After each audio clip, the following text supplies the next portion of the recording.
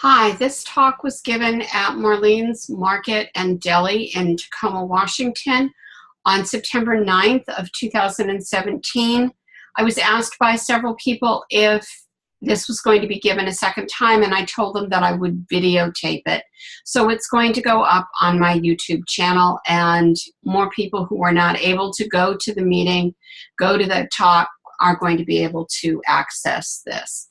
It's going to be a lot shorter than the talk that I gave at Marlene's. It's going to be a little bit more concise, a little bit more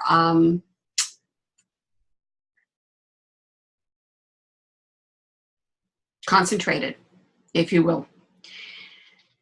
I was asked by Marlene's to talk about immunity, and I thought that was rather interesting because I had had a conversation a couple weeks before with another homeopath about how immunity relates to homeopathy and how our levels of health relate to the fact that we have taken homeopathic remedies. Both Rebecca and I were taught that our clients would have a better level of health, a higher level of health, because we were treating them with homeopathy, and we have found that that is true of ourselves. She had to cancel a talk, or not a talk, but a conversation that we were going to have the week before because she had a sore throat. She said to me, "Do you normally take a lot of remedies?" And I said, "No, not really." And so I thought back to the fact that I've only had 3 distinct remedies for what you might consider to be chronic conditions since I started in homeopathy 26 years ago. 1991 was the date that I started classes. And Rebecca has found the same thing. She was forced to take some Phytolacca for her sore throat simply because it was such a sore throat that she hadn't any other way of getting rid of it at that particular point in time. But the two of us don't take remedies because we've got a cold or we've got a headache or we allow our immune system to function and function the way it needs to, because we know that it is stronger if it does. And we have also noticed that what we were taught in school is definitely true. Our clients are definitely healthier because they have taken remedies. So let's talk a little bit about what immunity is, how it relates to homeopathy, how it relates to Western medicine, and just a smidge about vaccines. Although this isn't a live conference call or a live talk, I really didn't want to get into vaccines because it's a huge, hotly debated, name-calling topic. People get so emotional and they get so crazed over the topic of vaccinations, and I don't really want to go there. Truthfully, I just don't want to go there.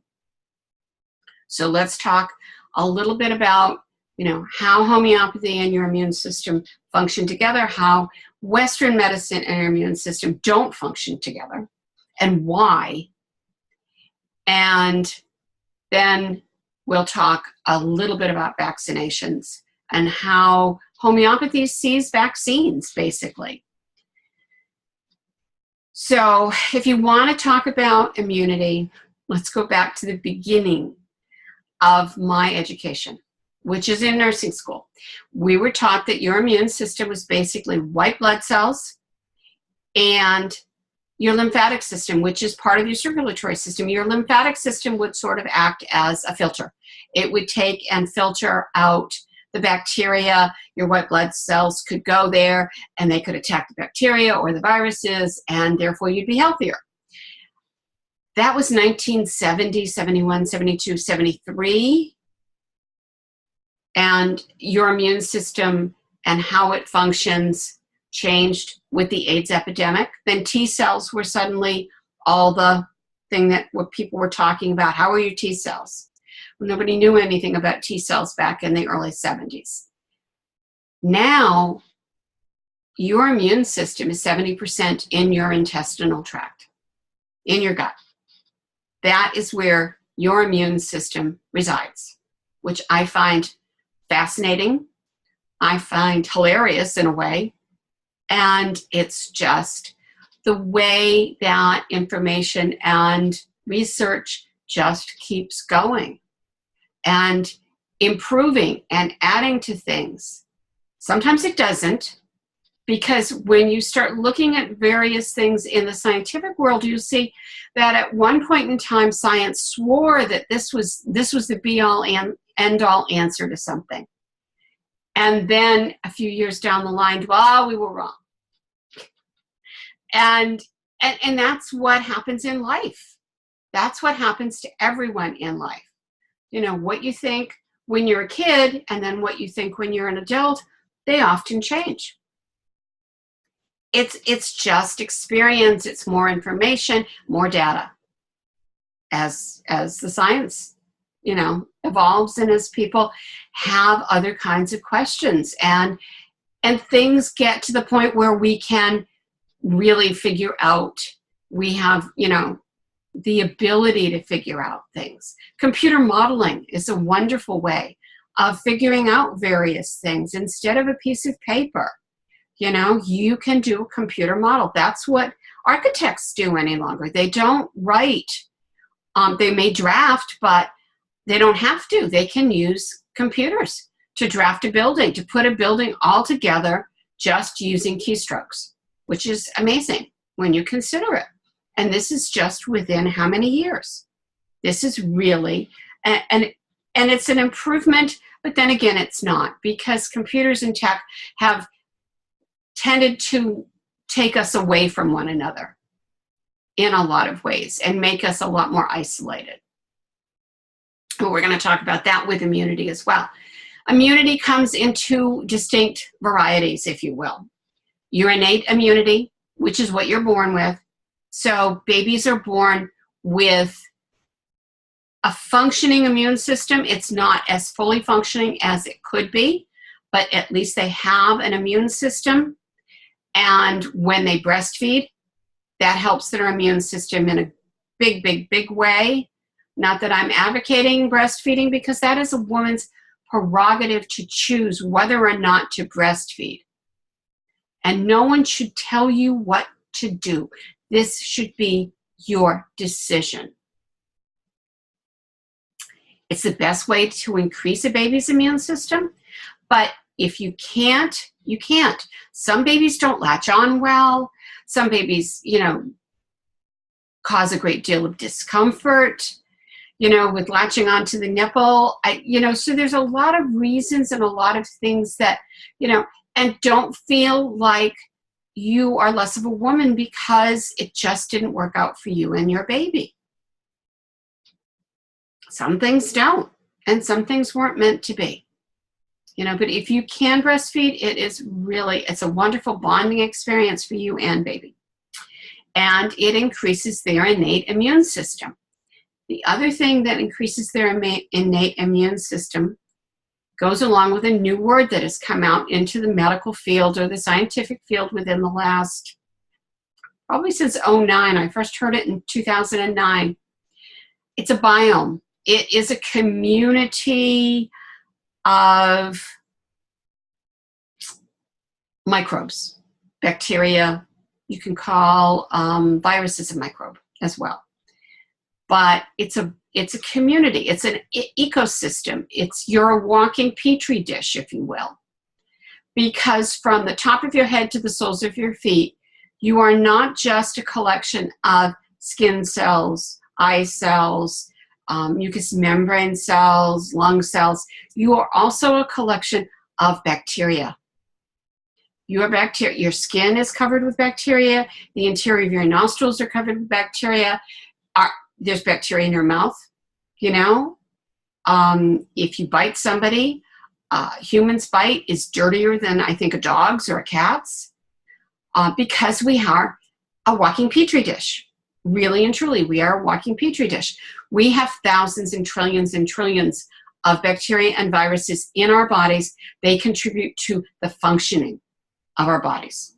And then you give us antibiotics, and it kills off a bacteria, which is not what you really want to be doing.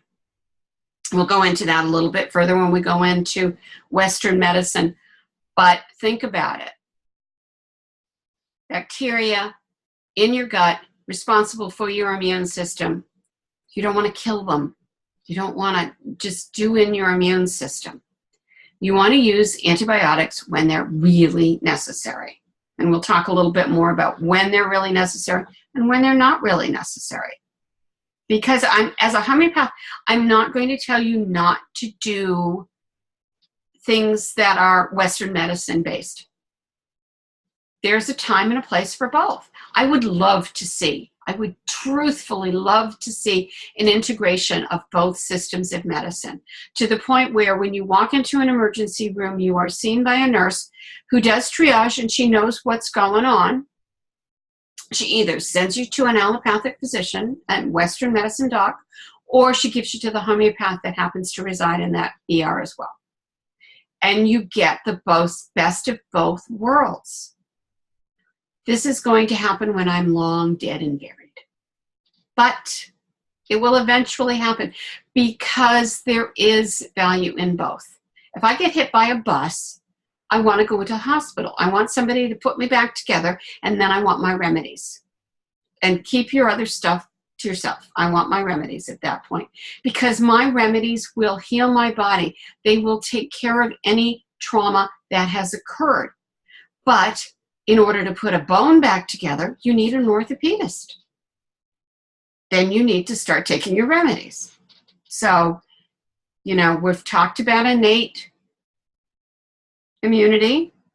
We've talked about what would be a lovely vision of my, future self.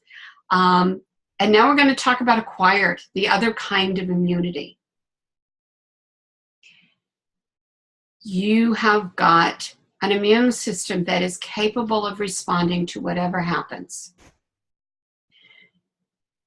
Acquired immunity is something that you acquire. It is a condition, a disease process, if you will.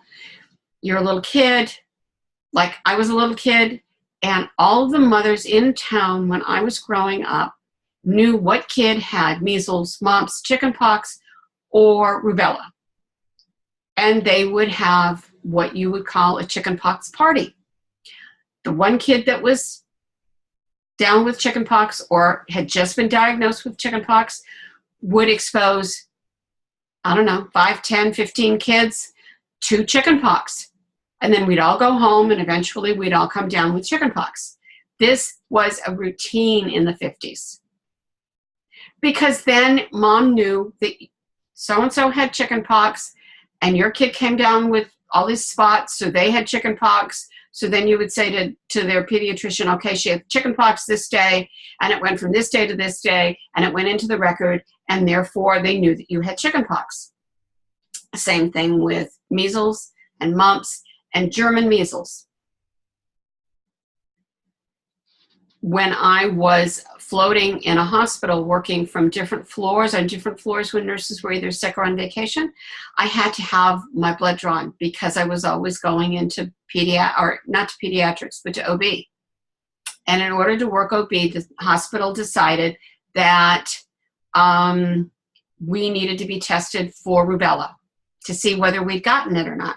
And I said, well, my mother said that I had rubella. Well, that didn't float.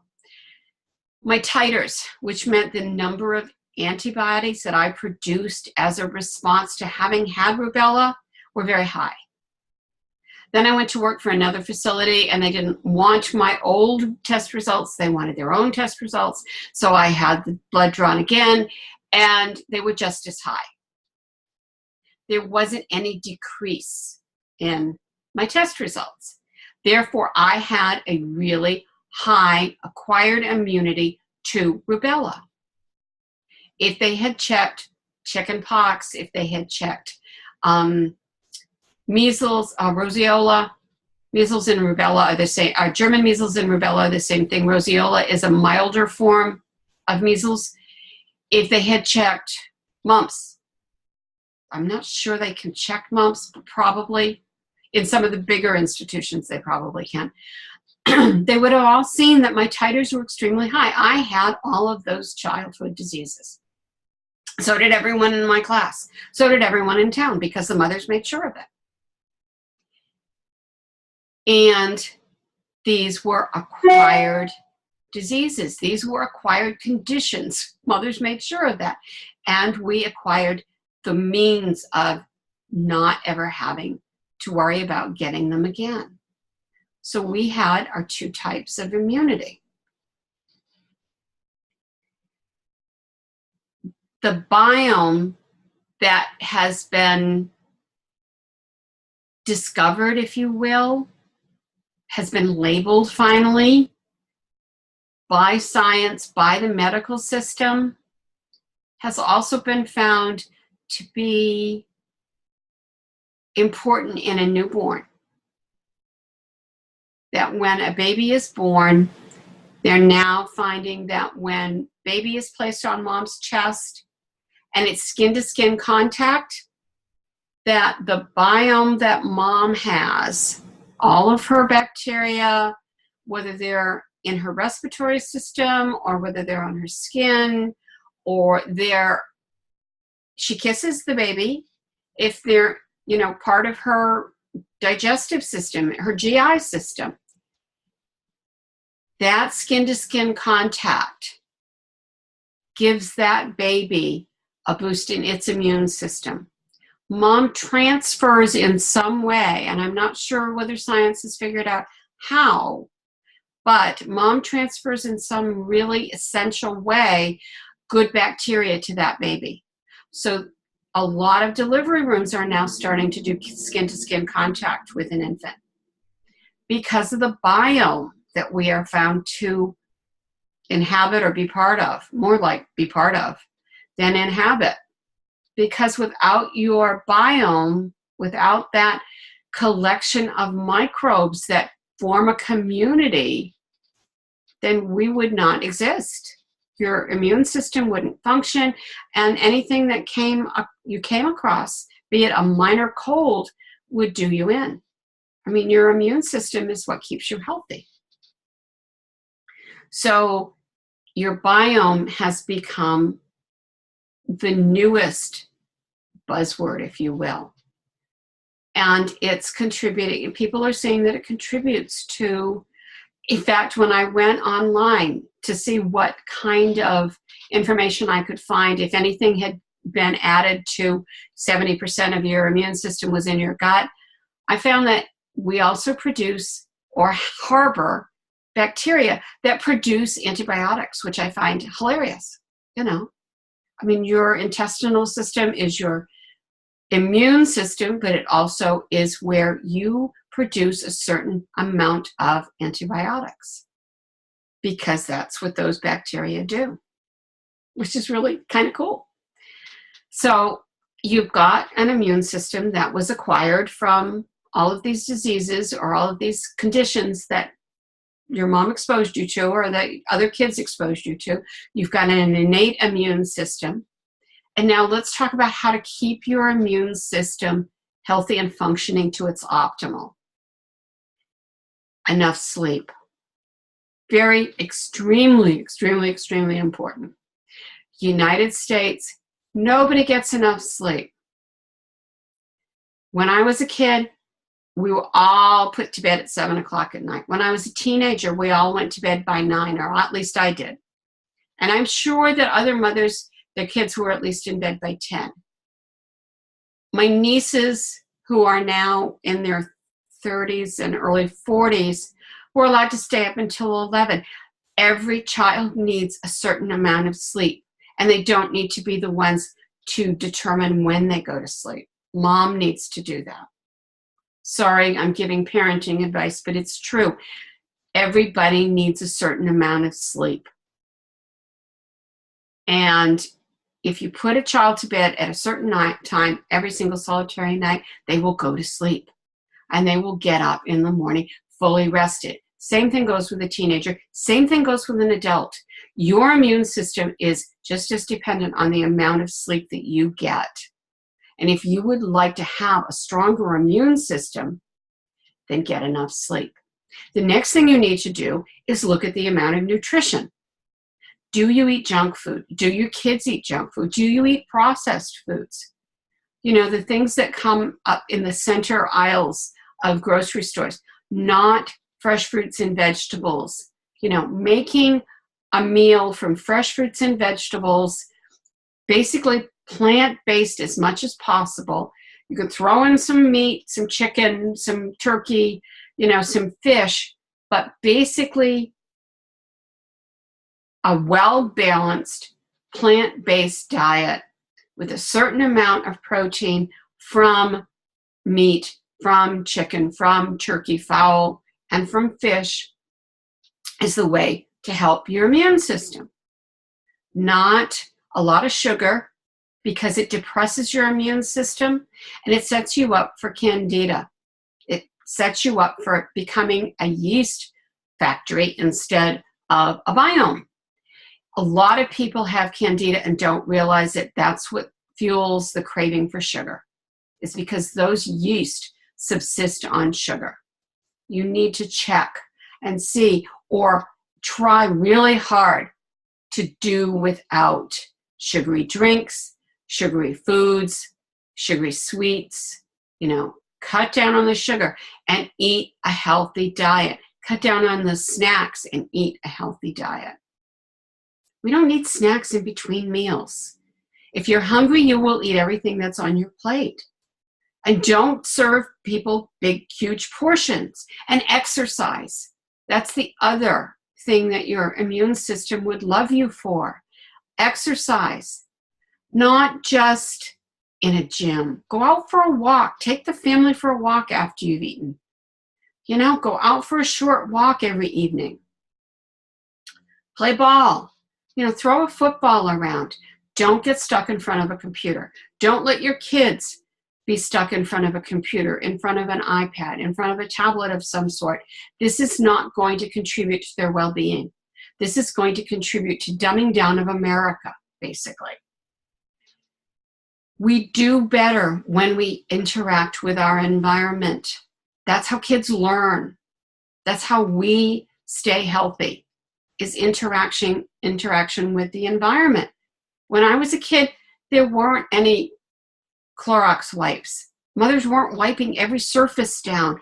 Soap and water, that was fine. We all grew up, dirty hands, dirty feet, dirty whatever, and we still survived. Nobody died of measles, mumps, chickenpox, rubella, or roseola when I was a kid. We all got over it. I know one person in a town of 20,000 people who ended up deaf because of measles. One person. My mother knew everyone in town. If she knew everyone in town, she would have known if a kid died. We all had healthy immune systems. We were all able to look at the bacteria and the viruses that showed up in our lives and go, okay, I'll deal with you. That's an acquired immunity. That's a strong immune system. That's the only way to do this. Meditation is the other way to help your immune system. And I'm not talking about 2 hours of meditation. I'm talking about meditating for 2 minutes. You have to brush your teeth. Your dentist tells you to brush your teeth for 2 minutes. Set a timer and let everything go. Just brush your teeth. Let all the thoughts that would normally crowd your head and make you a little crazy go. You're not doing your to-do list in your head. You're not thinking about tomorrow. You're not thinking about what else you have to do once you finish brushing your teeth. You're letting your mind quiet for 2 minutes. Sit down to dinner. Everybody take 3 deep breaths and let your mind quiet for 2 minutes. Aids your digestion, helps your immune system. It will help everyone sleep better. It helps with skin problems, so your skin will clear up. If you've got teenagers, it'll help their skin clear up. Little kids, it will help with hyperactivity. Meditation is not just something that belongs in a monastery. Meditation is just Quieting your mind. You don't use the word meditation if you're talking to the family. They'll think you've lost your mind. Quiet time. Peace. Whatever you want to label it. 2 minutes at a time. 2, 3, 4 times a day. Take a break. If things are starting to just get to you, take 3 nice deep breaths. Close your eyes, stand there for a couple of minutes, and just let it all go. And you will find that you can deal with whatever was starting to drive you to distraction. Anytime you're in overwhelm, 3 nice deep breaths, close your eyes, even if it's only a minute, even if it's only 30 seconds, where you just let everything go. Your immune system will thank you. Your mind will thank you. You will sleep better. Your digestion will get better. All of those wonderful things that contribute to having a better, life. Why not? Isn't this something that we all want? Homeopathy works by matching symptoms. The best definition that I've ever come across on homeopathy is that a substance that is capable of producing a certain set of symptoms in a healthy volunteer is also capable of erasing those same symptoms in someone who is ill. It is called the law of similars, or like cures like. That's the first foundational principle of homeopathy. And I consider it to be the first because you cannot practice homeopathy or do homeopathy in, say, a home setting without knowing that this is what you're doing. You're taking a substance that in a healthy volunteer produced this certain set of symptoms, and you're matching them with someone who is ill, and they cancel one another out. This is what Hahnemann talked about when he wrote The Organon of the Medical Art.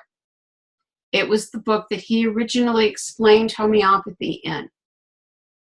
And he wrote 6 additional editions. He kept refining homeopathy and refining homeopathy and refining homeopathy until he got to a medical system that included not just what the ancient Greeks talked about when they talked about their law of similars, their similar system of medicine, or their opposite system of medicine.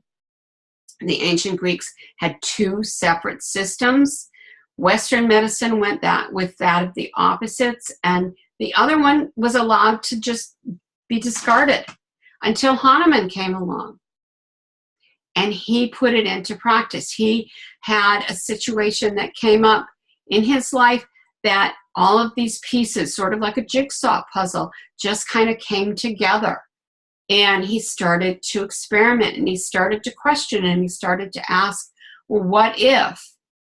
And when he put it all together, he came up with this marvelous system that the Greeks had started, but they hadn't necessarily really fleshed it out. He added science to it. And when you add science to something, it can be recreated. Doesn't matter whether it's in Sydney, Australia, Seattle, Washington, or New York City. I can do the same kind of work as a homeopath in all of those other places, and we can get the same kind of results.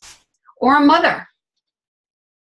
I advocate that my moms that come to my practice learn to do homeopathy at home, learn to take care of their kids using homeopathic remedies so that their kids have a better level of health, so that they're empowered, so that they're not on the phone to the pediatrician at 2 in the morning, that they can take care of whatever comes up, and they're not sitting in an emergency room for hours and hours and hours. What could be better than that? Taking charge of your kid's life, taking charge of your life, your family's health. What could be more rewarding than that? One of the other principles of homeopathy is that of the minimum dose. Hahnemann talked about the minimum dose. He'd learned it from another physician in Germany, and he advocated it. So when you buy the vials that come in the health food store, the blue vials, or even they're now coming in green.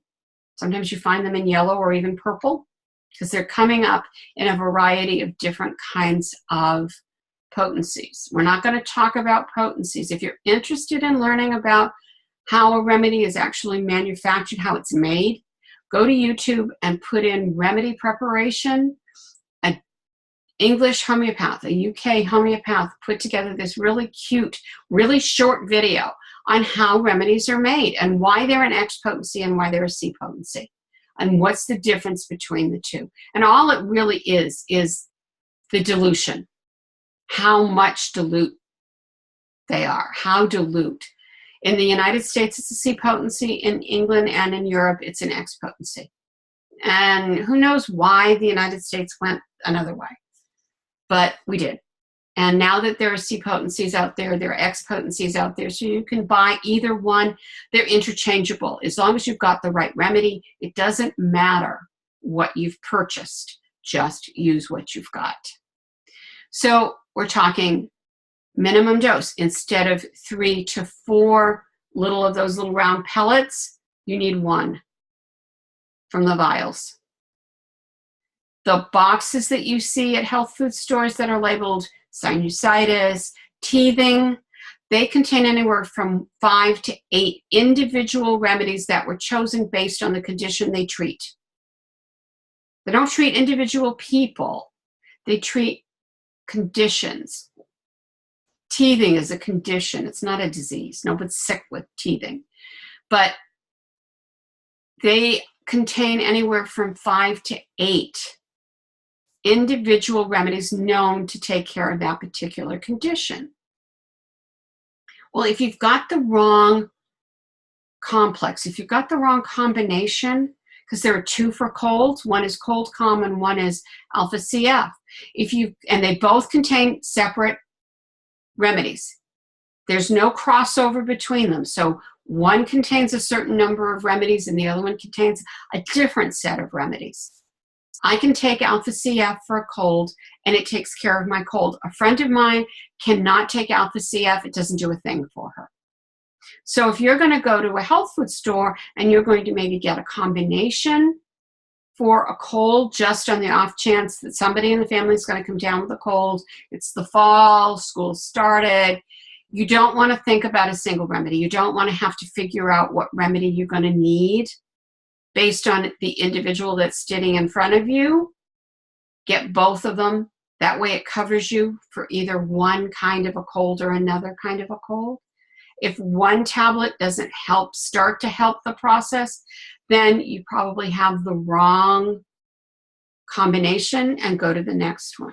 I would try maybe 2 tablets because you take one at a time every hour, one every hour. And if by the second tablet you're not starting to feel better from your cold, then you've got the wrong combination. Really simple. Just have them on hand at home. And when somebody comes down with a cold, that's what you give. That way you don't. I was taught not to treat colds because they're so generic, if you want the word. You're congested, you're sneezing, you're coughing. That's a cold. You know, you can tease out the individual strands and figure out which remedy you might need. Why go to the trouble? Give either cold calm or alpha CF, and you will find that you will not have the symptoms of a cold by day 2. When you start taking it, it will start to take care of whatever virus you happen to have encountered, and by the next morning, you will feel, like you won't feel congested, you won't be sneezing, you won't be, starting to drip and all the rest of the wonderful things, and you'll be able to go about your day without feeling like you were, infecting half of the population. So it's really nice to be able to do that. And I find combinations kind of nice because people find homeopathy using combinations. That's how they come to realize that this is something that has value.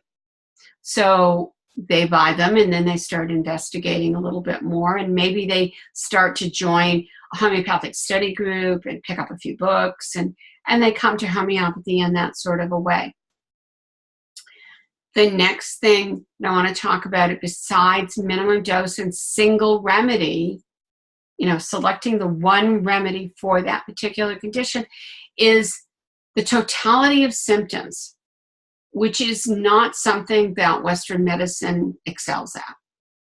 Your blood work comes back, you go into the doctor's office and you say, my hands, they're they're sore in the morning and it's really hard to make a fist, and it gets easier. But I think I'm coming down with rheumatoid arthritis or some kind of arthritis. So you have your blood work drawn and your doc says, oh, according to your labs, you're coming down with arthritis. You're coming down with rheumatoid, osteo. There's 106 different labels of arthritis. Fantastic. Homeopaths, on the other hand, say, hi, how are you? You know, what's your name? What is your experience? Not just the fact that you find it difficult to make a fist in the morning because your fingers are stiff and they're sore and they're painful, but what about the rest of your life? What are your food cravings? What is your sleep like? What is your energy level like? We treat individuals. We treat unique individuals. We don't give the latest and greatest medications for arthritis that the rep dropped off for us to have these samples. We treat people, not disease entities, not conditions. I treat Sue Smith, Steve Jones, Robert Brown. I treat individuals who have specific idiosyncrasies, if you will, that are expressed as a remedy picture. Somebody who requires rust tox might crave milk, but if they don't crave milk, then maybe they don't require rust tox. And rust tox is a remedy that is used for specific conditions. It's also used for specific people. Homeopathy treats individuals. Allopathy, I got to the point where it just seemed as if it was sort of like, remember the Lucille Ball when she and Ethel worked in the candy factory and all those little pieces of candy were going down that conveyor belt. You're not a piece of candy on a conveyor belt. You're not a label. You're not arthritis. You're not a room number. You're not a disease name. You are an individual who is experiencing a certain set of symptoms. And homeopathy honors you as a unique individual experiencing that specific set of symptoms so that your symptoms are matched with the remedy symptoms and they cancel one another out. And this is what Hahnemann talked about. He talked about vibration in 1810 when he wrote this book, way before anyone knew anything about energy and quantum physics. We're finding out more and more about quantum physics. The fact that we are not solid, that what we touch is not really solid, that it's a collection of atoms all lined up in a specific way that make us, our perception feels like it's solid, but that we are energetic beings. Homeopathy has energetic properties. It's not material substance. The drugs that you get from the pharmacy are chemicals. They expire. Homeopathic remedies do not expire. Despite what it says on the vial, that is an FDA mandate. They don't understand that homeopathic remedies do not expire. They are energetic. And we have some remedies that have been passed from homeopath to homeopath for 200 years and they still work. Yay, team. What more can you ask? You spend $7.95 and you can use this vial until it's empty. You can even put one globule in a bottle of water and treat the entire football team for whatever bruises and bashes that they have encountered during a game and still have half, 3/4 of that bottle left because all they need is a little splash in their mouth and they've gotten a dose, minimum dose. And this is homeopathy. This is energy medicine. You can't do that with an antibiotic. You can't do that with a hypertensive medication. You can't do that with a Lasix tablet. You can't do that with medication coming from Western medicine, but you can do it with homeopathy. Hahnemann found that some of his clients were very sensitive to his remedies. So we had them take a nice deep breath, holding the remedy in front of them a certain distance. And they got the benefit without taking it internally. We still do that for our sensitive clients. You can't do that with Western medicine. You cannot do that with Western medicine. Western medicine doesn't understand another tenet, another principle of homeopathy, which is that of the vital force. Hippocrates talked about it when he was talking about the Greek system of medicine. What it is the process that governs all of the organs in your body and the process that keeps your body going in health and disease. That's your vital force. The Chinese call it qi. The Indians call it prana. And I'm sure every indigenous culture on the planet has a word for the vital force. Medicine doesn't understand it. Medicine just ignores it and says that it doesn't have any, anything to do with what they do. Homeopaths, on the other hand, understand that they need to take the vital force into consideration when they treat their clients. Now, when you treat someone at home using homeopathic remedies, you do not need to worry about the vital force. What you have is a situation that is not severe necessarily, but it's an acute situation. It's an acute illness. Acute illnesses come and they go. They're not like chronic illnesses. Once you get a chronic illness, it lingers and it stays with a person until they die. You don't get a cold when you're an infant and die with the same cold when you're an elderly person. Acute illnesses come and they go. So therefore, when you're treating someone at home, you're treating an acute illness. You're treating something that's going to come and go. It just needs a little help. And that's what you're giving it. So you've got a little one who's starting to come out with chickenpox. And you look in your book and you look at your kid and you do your repetization, or you write down your symptoms. You look from head to foot on this child and you go, okay, how are they looking? What are they acting like? What's going on? And you do a set of symptoms. Things that are a little bit out of kilter for this kid. As a good example, I talked to one mom one time and she said, my little one, he's usually extremely independent and he's a go, go, go kid. And, he comes to me when he wants to be hugged, but he's not a clinger and he's not somebody that, you can just sweep up. You can sweep him up and give him a hug and then he wants down. He really is a go, go, go kid. And she says, and he's just kind of a little more clingy. And he was in contact with a kid that had, German measles. And I said, give him some pulsatilla. Because a child that needs pulsatilla wants attention. They're a little clingy.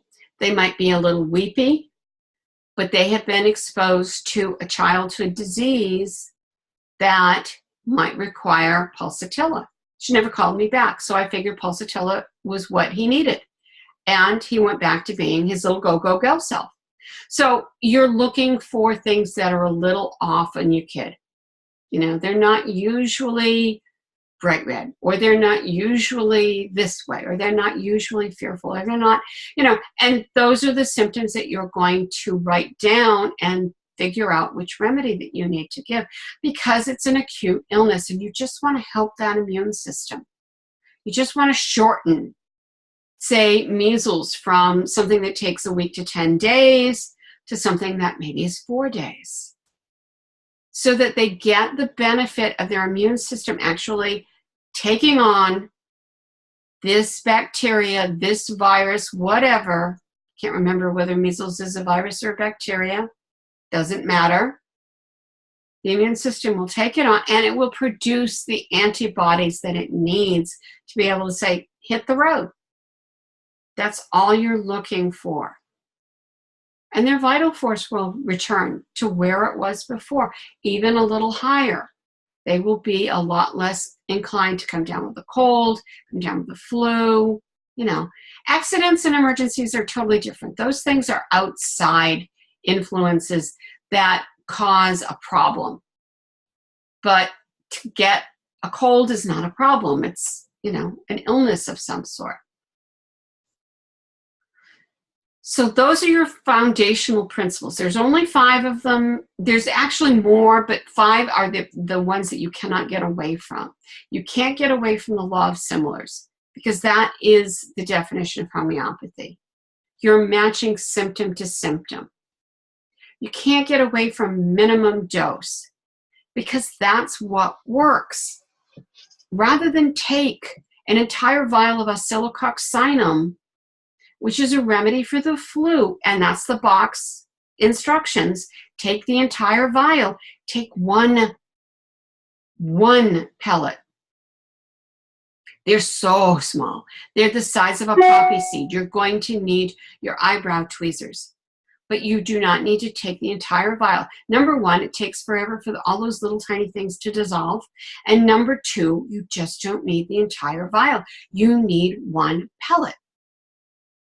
And then 6 to 8 hours later, you need another pellet. If someone is extremely ill with the flu, I mean, they don't care whether they'll ever die, they feel so awful, then you're going to revisit the whole thing in a couple of hours and see whether that 1 pellet made any kind of a difference. You want 40% improvement. If you've gotten some improvement, not just a smidge, but a sizable amount of improvement, so that they don't feel like they're going to die anytime soon and they really don't care, then you're going to give a second dose. If you didn't get any improvement, then you're on the wrong track. It's really simple. It's really easy. So then you go, okay, what did I miss? What am I not seeing about this person with the flu? Is it weakness that they're experiencing? Do their bones feel like they're broken? Those are 2 really strong symptoms of 2 specific remedies that are used for the flu. Do they not want to move? Do they not want to talk to me? Do they not want to interact in any way, shape, or form? That's another remedy that's used quite often for the flu. But everyone's an individual, so you can't just go around and go, well, it's the flu, so therefore everyone gets oscillococcinum. No, oscillococcinum has been proven. It's been given to healthy volunteers to see what kinds of symptoms that it produces, and it produces the symptoms of the flu. You ache a little, you feel kind of crappy, you've got the flu. But if you need another remedy, you have this severe weakness. You can't hardly open your eyes. Your limbs feel heavy. Or your bones ache. You feel as if your bones are going to break. Or you don't want to move. Or any of the other symptoms that go along with specific remedies that are known to be really good for the flu. So you're just going to do a little bit of digging and a little bit of detective work, and you're going to give the appropriate single remedy in a minimum dose, and you're going to repeat it when it's necessary. You're not going to give lots and lots of anything. It's not like Western medicine. Minimum. If you remember, less is more, you've got it made. Because that's homeopathy. Less is more. Homeopathy works very, very nicely when you individualize it. And Western medicine does not individualize. They really and truly don't. There's a certain number of medications for rheumatoid arthritis. And I would give somebody a remedy based on who they are and the symptoms they're experiencing, even if I couldn't find it saying in my books, rheumatoid arthritis or osteoarthritis. It would have to have some of their complaints that they initially walked into the office with, but I'm not going to base my entire remedy selection on lab work. I'm not going to base my entire remedy selection on anything other than who that person is and how they're experiencing their life. And that's not Western medicine. It would be wonderful if we could incorporate both. I would love to see it in an emergency room. It would make that emergency room function so much better, because a homeopath could see the people that had acute illnesses that didn't need to be seen by physicians. when you come in with a heart attack, they're not going to see somebody with nausea, vomiting, and diarrhea. The heart attack's going to take precedence. If you're home with somebody with nausea, vomiting, and diarrhea, you're going to give them the appropriate remedy, and they're not going to need to go into the emergency room. Easy. Really sweet. Really simple. Let's talk about homeopathy and vaccines. People have been calling me and asking me in a variety of different ways about homeopathic prophylaxis. Big word. And basically what it talks about is vaccines using homeopathy, if you will. And it's sort of a big discussion within the homeopathic community. I tend to go with what Hahnemann said. He was brilliant and I'm not. And he started homeopathy from a bunch of different things that happened, and he put it together. His mind worked like a puzzle kind of deal, and he put this together, and I think he had it in, spades. So I'm not going to second guess what Samuel Hahnemann told us. Samuel Hahnemann said there's no such thing as a vaccine in homeopathy. And he talks about it in the Organon in one section where he talked about epidemics. If you have an epidemic of scarlatina, which is scarlet fever, talked about an epidemic in the town that he lived in. Everybody was coming down with scarlet fever. The one remedy for scarlet fever is belladonna, because everybody gets really red, really flushed, really hot, and they get the rest of the symptoms that belladonna produces. So it's the one specific remedy for scarlatina. So he would treat everybody that came to his office with scarlatina with belladonna, and he also gave it to family members. If you were a family member of somebody who had been treated for scarlatina, he would go to the house and he would treat everyone with one dose for 3 days. No one else came down with scarlatina. No one else came down with scarlet fever. This is the only remedy for scarlet fever. On the other hand, there are multiple remedies for measles, mumps, chickenpox, whooping cough, roseola, diphtheria, dengue fever. There's leptospirosis is actually a remedy. They've made a remedy up about this particular condition in Cuba and found that it totally helped the entire population, because during the wet season in Cuba, everyone would come down with this particular kind of a condition. And once they started using homeopathy, they got way better results. They made a remedy specific to this particular kind of condition. But when Hahnemann was treating kids and adults and everybody else in the world, and when all the other homeopaths were treating people, diphtheria, cholera, typhus, typhoid, they all had anywhere from 3 to 5 different individual remedies that were given for those conditions. You can't go to Africa where you might encounter malaria and you don't know it, and you're taking a set of remedies because you might come into contact with malaria and you might come down with malaria. Your body's going, I don't have malaria. What are you giving me this stuff for? I don't agree. I agree with you taking a remedy kit with you and a book that talks about what you're going to encounter in that particular area of the world. There's a book that's written specifically for travelers, and it talks about the different things that you might encounter. If you're going to Mexico and you might encounter Montezuma's Revenge, there are like 3 or 4 remedies that you might need to carry with you. Don't take them prior to going to Mexico. You don't know whether you're going to encounter that particular kind of bacteria. Why are you giving yourself something that it doesn't have yet? That's where homeopathic prophylaxis is a misnomer. Yes, there's a book out by a doctor named Golden, and he advocates it, and he's got a protocol. And there's a book out by Kate Birch, and she has a website, and she advocates it. I go with Hahnemann. The dude made homeopathy out of this idea and this idea and this idea, and he put it together and he created a system of medicine. The dude was brilliant. Take a remedy kit with you, take the book with you, learn a little bit about homeopathic remedies, and treat yourself when you're on vacation, and you'll be fine. You don't need homeopathic vaccination.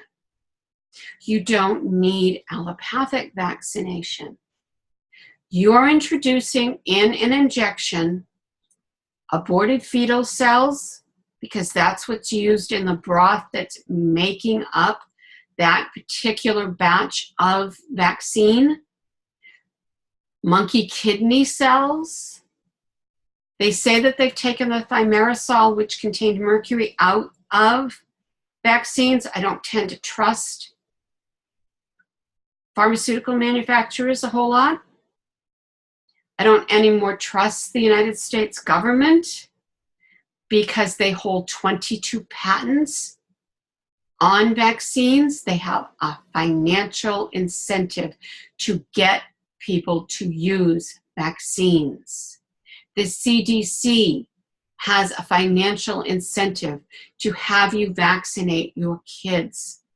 They have what is known as a revolving door in the CDC. You go work for the government for a certain number of years, and then you go work for Big Pharma and make huge, huge salaries because you worked for the CDC and you approved a variety of medications that came across your desk.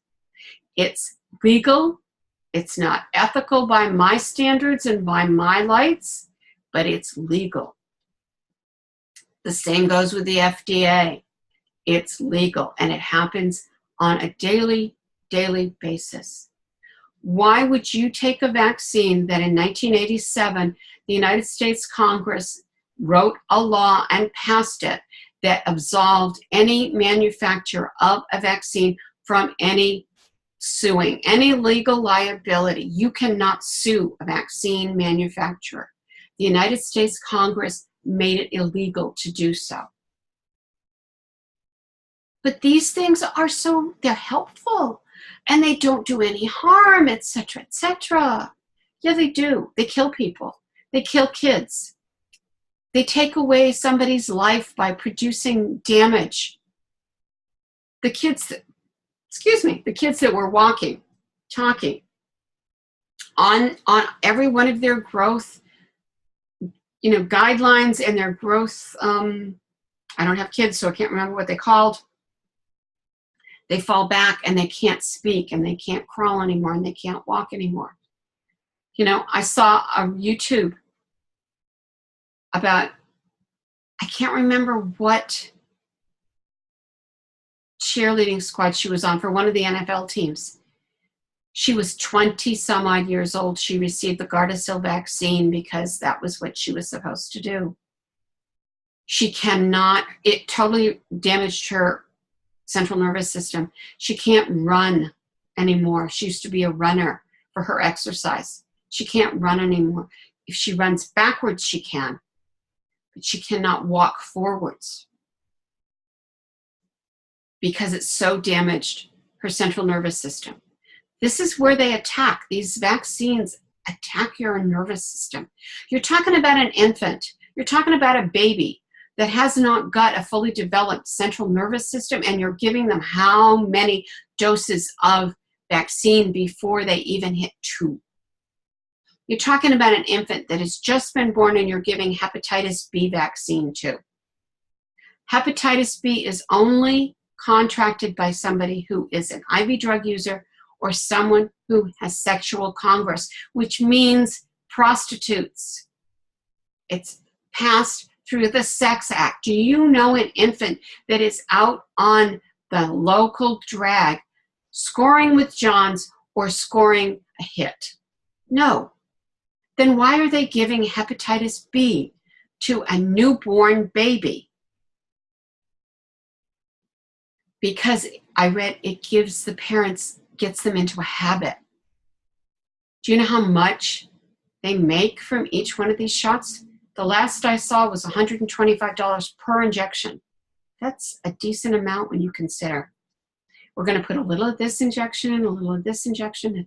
You know, it's substantial. I listened to a physician talk about his clinic and the fact that he and his partners have decided not to vaccinate unless the parents actually insist. He has lost millions of dollars. He has 6 kids of his own, and he barely pays his bills. But he will not, since he investigated vaccines, will not vaccinate his pediatric patients unless the parents insist upon it. He will treat them in any way, shape, or form so that they have a decent, strong immune system, but he will not make the millions of dollars that he could have made had he vaccinated all of these kids the multiple times that they get vaccinated. This isn't right. Why would you trust a government that absolved all the manufacturers from any legal liability and put into place a vaccine fund for vaccine damaged children? And in order to get any money from that fund, it takes almost 3 years. And parents have to jump through hoop after hoop after hoop. They'd rather have a child that is not vaccine damaged. They would much prefer to have a kid that walks and talks and reaches all their milestones. That's it, milestones. But they have to go after the money in order to be able to treat this kid, because he's going to need all these special services for the rest of his life, because the United States Congress passed this law. None of the vaccines that are produced are ever tested before they're put on the market. They are absolved from testing. Now, the hypertensive medications that you get given are tested. They're not tested well. There's a lot of, I would call it illegality, but they get away with it. If you read, the Seattle Times did a perfectly lovely series of articles called Suddenly Sick. They also did another set of articles on vaccine or on drug testing, and I can't remember what that particular series was called, but if you go to the Seattle Times archives and put in drug testing, then you'll see the series of articles, but it talks about the fact that the drug companies are not allowed to do their own drug testing any longer, so they give it out to a company that they contract with. Well, that company has a financial incentive to prove the data is what the drug companies say. And they fudge all the time. You know, garbage in, garbage out. Well, when you put garbage into a computer, well, you get garbage out. When you put in fudged facts, you get this wonderful, fantastic data collection that proves this drug does this wonderful stuff. Doesn't talk about the people that died. Doesn't talk about the people that were damaged because of this drug. Doesn't talk about the number of other things that happened with this drug. It just talks about how wonderful this new drug is. Well, yeah, there's an incentive to prove how wonderful this new drug is. There's an article that was recently written that I came across that's absolutely fantastic. The gentleman did not want to advocate for or against vaccines. He just wanted a rational conversation about vaccines. And it's called Bringing Much Needed Sanity to the Vaccine Debate. His name is Kevin Michael Geary, Geary. It's a fairly long article, but he talks about the CDC, he talks about the FDA, he talks about the vaccines that were now exempted from the legal liability issue, the fund for damaged kids, and he says, how can you? He talks about if you're willing to look at this information and still vaccinate your kids, more power to you, you've at least looked at it.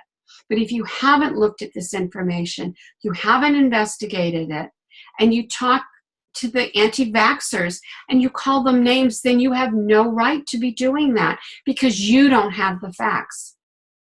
They are trying to protect their children. What the government wants to do, and I've seen this more than once, is they want to vaccinate every single human being from the East Coast to Guam, because that's as far as we go.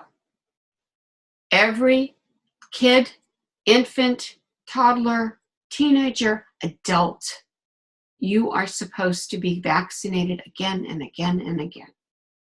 Sorry, I will go live in Canada before that happens.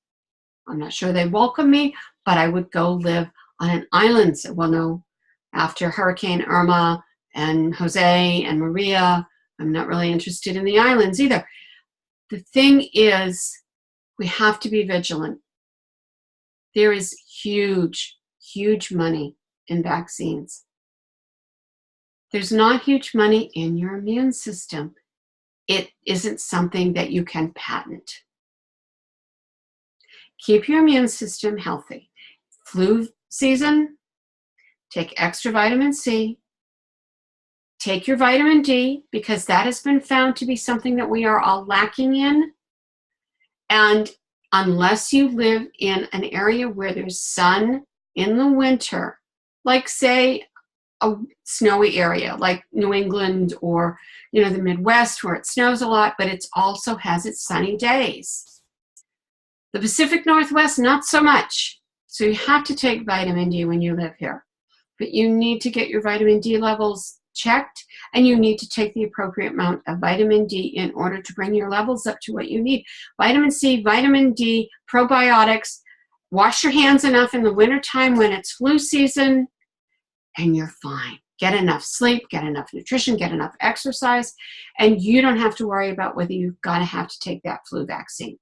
Why? You've just done all the things to make your immune system optimal, that it's going to require all of these things in order for it to function to its best. It's like putting gas in your car. If you don't put gas in the car, you don't put oil in the engine, you're not going to go anywhere. If you don't feed yourself, if you don't get enough sleep, if you don't wash your hands and keep your hands out of your mouth, and even if you do put your hands in your mouth, if you've gotten enough sleep, if you've gotten a really good diet going, and you've meditated and you've gotten your exercise, your immune system's likely to go, you put your hand in your mouth, shouldn't have done that, I'll take care of it. I'll take care of it. I'll do what I'm supposed to be doing. It's all you can ask. It's all you can ask. And learn how to use homeopathy to treat whatever comes in the door.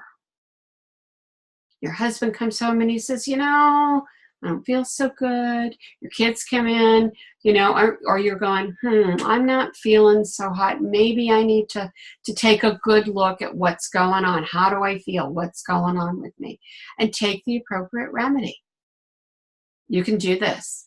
You can increase your immune system, have a better level of health, and be empowered. Take control of your own health. Take control of your life. Don't give it over to the government. They don't care, unfortunately.